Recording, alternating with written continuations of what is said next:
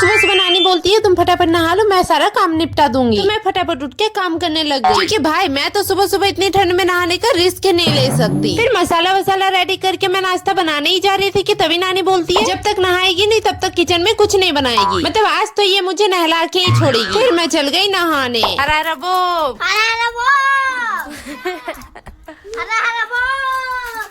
अरे फटाफट नहा के आके रेडी हो रही थी, तभी नानी यानी लिक्की की मम्मी आ जाती है पीठा लड्डू घुगने लेके। बट हम लोग को अभी तक कुछ बना ही नहीं था, तो मैं फटाफट लग गई घुगने बनाने। ये थाली आया है निक्की के घर से और ये थाली आया है भूमि के घर से, और थोड़ी देर बाद मैं सब कुछ बना लूंगी। फिर मैं भी जाऊंगी सबके घर थाली देने। रात को मामा दुकान से चाउमीन वगैरह लेके आए थे, पर हम लोग तो उससे पहले ही सो गए थे। घुगनी रेडी होते ही मैं चाउमीन गरम करने लगी। चाउमीन के साथ तो चिकन भी था। उसके बाद मैं अपना नाश्ता निकाल लेती हूँ। वैसे तो इस दिन बहुत कोई दही चूड़ा खाता है, पर हम लोग घुगनी मुड़ी पकौड़ी यही सब खाते हैं, क्योंकि भाई हम झारखंडी है। नाश्ता करके मैं सबके घर पीठा वगैरह पहुंचाने चली जाती हूँ। वैसे तो ये सेम खाना सबके घर बनता है, पर इस दिन हम लोग सब एक दूसरे के साथ शेयर करते हैं। हम लोग का पहले जॉइंट फैमिली था, फिर सबका अलग अलग घर बन गया। बट हम एक ही फैमिली है, और शायद यही बताने के लिए अब भी शेयरिंग किया जाता है। खैर इधर मटन भी आ चुका है, तो मैं मटन का मसाला रेडी करने के लिए लहसुन छीलने लग जाती हूँ। अब मैं कोई काम कर रही हूँ तो कांड तो होना ही है। लहसुन हाथ से गिरा और सीधा मूड़ी के बोरे में घुस गया। मकर संक्रांति है तो पीठा खाना तो बनता ही है, तो थोड़ी देर बाद मैंने पीठा भी खा लिया। खाना भी बनी गया था, तो प्लेट लेके सीधा छत पे आ गई। वहाँ देखा अंजलि ऐसे सो रही थी कि आवाज देने पर भी नहीं उठी। तो मैं छोड़ के सीधा बैठ गई चुपचाप खाना खाने। गर्मा गर्म मटन भात के साथ, और इसी के साथ खत्म होती है हमारी आज की ब्लॉग। बस आज के लिए इतना ही, मिलते हैं नेक्स्ट ब्लॉग में।